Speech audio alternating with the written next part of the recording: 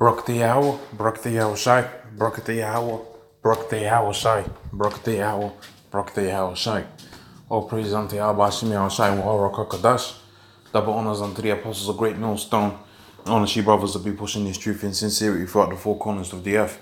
So this is going to be a video going into the apocalypse. What's known what this world calls the apocalypse. Okay, the possibility between a war between Russia and the United States. And pretty much the answer to this rhetorical question, all right, this statement that's been made, this question that's been made, okay, is not only is a world war, okay, a war between the U.S. and the Russians inevitable or possible, okay, is actually gonna happen, okay, according to the scriptures. All right, when you go into the Bible pretty much tells you what's gonna happen. That's why you have a thing called prophecy, okay, and according to prophecy, according to biblical prophecy, all right, this war is gonna come through to fruition, and it's gonna mean the end of Esau's world, which is the so-called white man that runs the world right now, pursuant to the book of Job 9:24. The earth is given into the hands of the wicked. He covereth the faces of the judges thereof. If not wherein, who is he? Okay, Esau's the one that's in rulership of the world right now. But the reality of the situation is that what? The Mosai is giving it unto his hands to rule, and then he's going to give it back onto the rightful rulers, which is the Israelites. Okay, the Negroes, Hispanics, Native Americans. Those are the rightful rulers of the world, and the Mosai is going to give them the world, man. All right, so going into the possibility of a war, not only is it inevitable, but it is also necessary for the judgment of Edom, because they touched the children of Israel. Okay, they put their hands on the Israelites, the people of the Lord. Okay, and therefore the judgment that was going to come upon them is to be destroyed. Okay, and we're going to see that within the scriptures. All right, so I'm going to read a little bit of this, and then I'm going to go into the scriptures. Excuse me, I'm doing stuff in the background to try to fit everything in.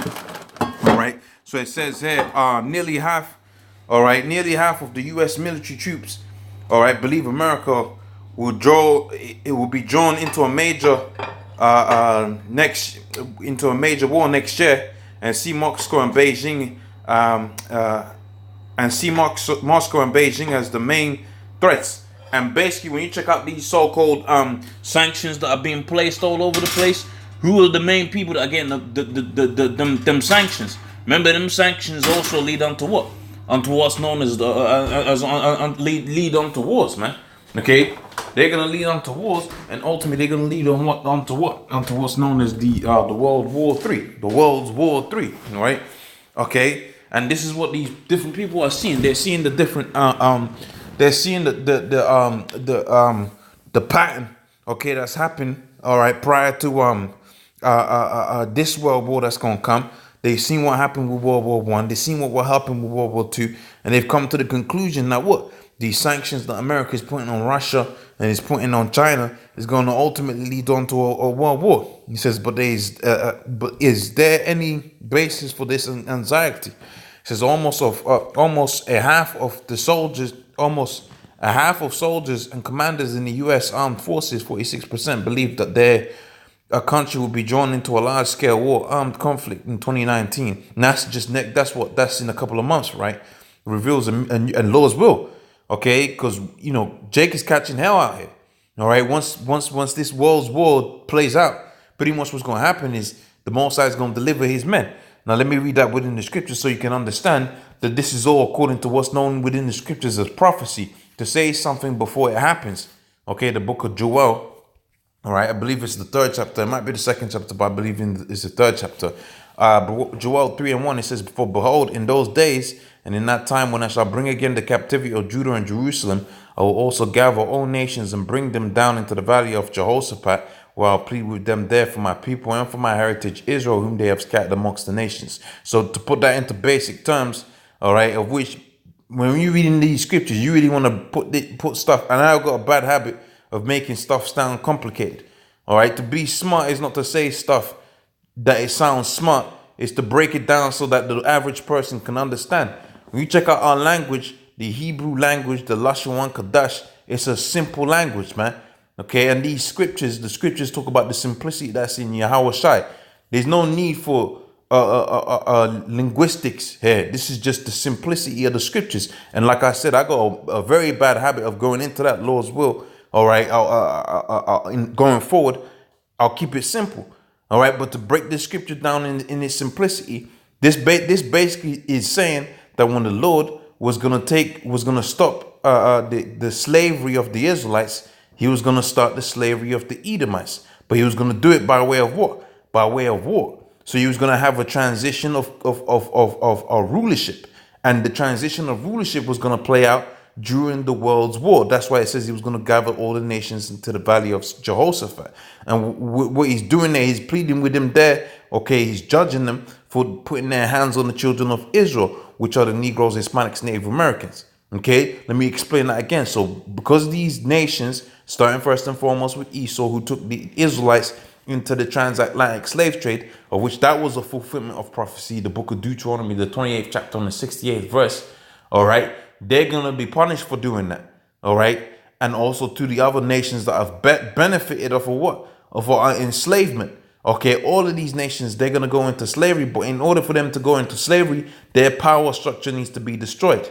Okay. So there's not going to be any more NATO. There's not going to be any more Chinese, People's Army. I believe that's what they call their army over there.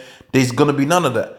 What's going to be left over is just ashes and rubble. And what's going to rise out of the ashes and rubble is the new establishment, is not the so-called New World Order, which is what these elites are going to be trying to do. That's why the scripture says that what they're taking in their own craftiness, because the elites, they think, and that's talking about the elite banking families, they think they're going to use this thing of the world's war as a means of transition into a new world order. But it's going to be a new world order for the Israelites, because they're not going to be able to take control after the world war has played out. Okay, that's why the scripture says that what they're taking in their own craftiness, because really the new world order is really a thing that the Most High has been setting up. Okay, and he's going to have it to where what? The Israelites are going to be in rulership. Okay, so going back onto this article, it says a large scale armed conflict in 2019. All right, reveals a new military times poll of active duty troops. They didn't clarify, though, what kind of war with Russia they expect. Neither have they presented any analysis of the potential strategic armed conflict between Moscow and Washington. Okay, so that's enough on that article. Let's go into the scriptures, and I'll show you that really this is a thing of the Most High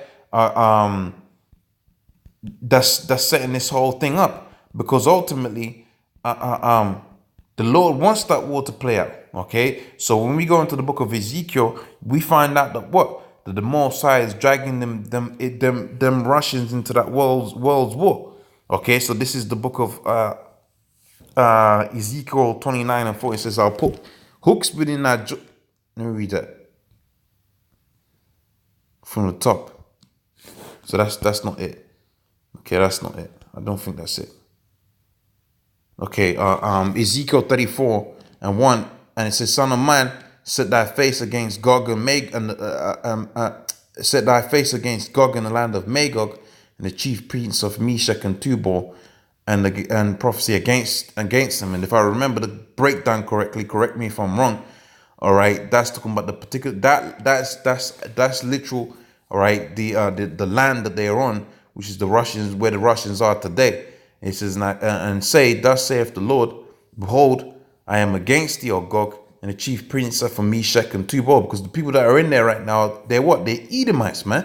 Okay, that's not the original inhabitants of the land, which are what? I believe it's Japhetic people. I believe all of these, the children of Japheth. Again, correct me if I'm wrong. All right, I'm trying to remember this stuff off the top of my head.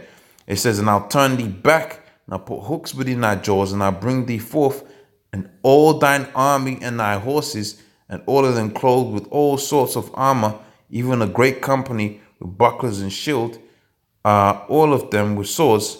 Persia, okay, which is the Iranians, the Ethiopians, which is them Hamites out there, and Libya, all of them, okay, with helmet and shield.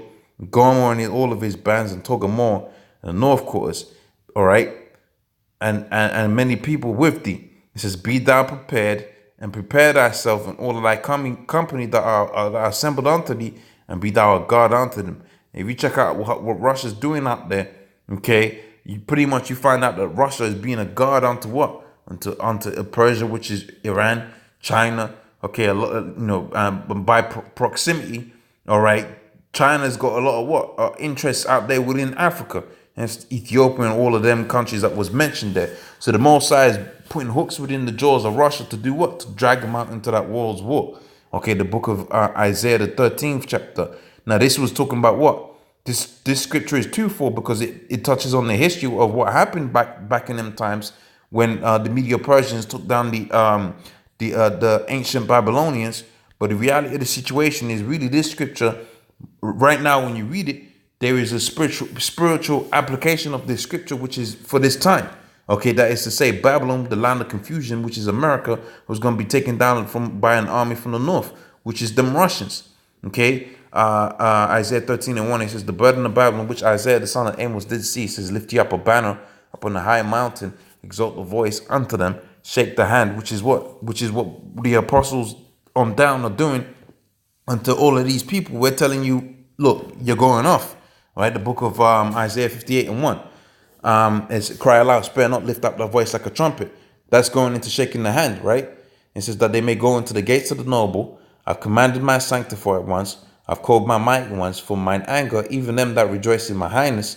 The noise of a multitude in the mountains, like as of a great noise, and people, a tumultuous noise of kingdoms gathered together, for the Lord of hosts mastereth up the host of the battle. And this is what this thing would bring about, because America's got allegiance with who? They got allegiance with NATO, the UK, and Russia's got allegiance with China, okay, Iran, and so on and so forth, man. It's gonna be a world's war. Okay, it says, how ye, for the day of the Lord is at hand, it shall come as a destruction from the Almighty. Therefore shall all hands be faint, and every man's heart shall melt. They shall be afraid. All right, pangs and sorrows shall take hold of them. Oh, look at that. Okay, let me get that back. Isaiah 13.